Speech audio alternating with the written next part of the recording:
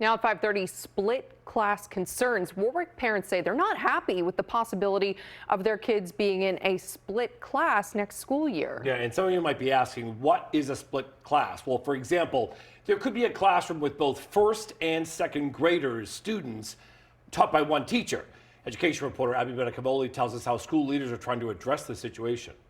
Worries are swirling among Warwick elementary school parents hearing their kids might be in split classes next fall. I, as a parent, did not know this was happening, and I was appalled. So appalled that Tricia Bergantino started a petition to gather other concerned parents. Somebody's going to miss out on the curriculum for their grade level, and that's going to affect the kids, for the rest of their education. The issue lies with first and second grade. The class size limit for grades 1 through 5 is 26 students. Combining the grades would not exceed that. Teachers made their voices heard at the last school committee meeting. By adding older students to the younger grade level, it is creating extra work for the teachers, and they already have too much to do.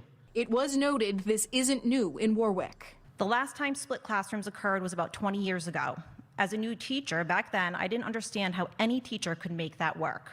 Now, here we are, 2 decades later, revisiting a failed strategy instead of moving forward with the proven best practices. Warwick school leaders say this consideration is due to fluctuating student enrollment numbers, which Acting Superintendent William McCaffrey says they're monitoring daily. Currently, we're seeing about 5 overages. We know it's a concern, and we want to address the concern. The elementary director herself was hired back in 1989 as a teacher for a split class. Half of my class were 4th graders and half of my class were 3rd graders. So I personally have taught a split level classroom. While it's not ideal, it can be done. We don't recommend it. That's why we're working so hard on our end to try to eliminate the splits. The request from school leaders as the summer progresses. In this day and age, people rely on social media sometimes for the news.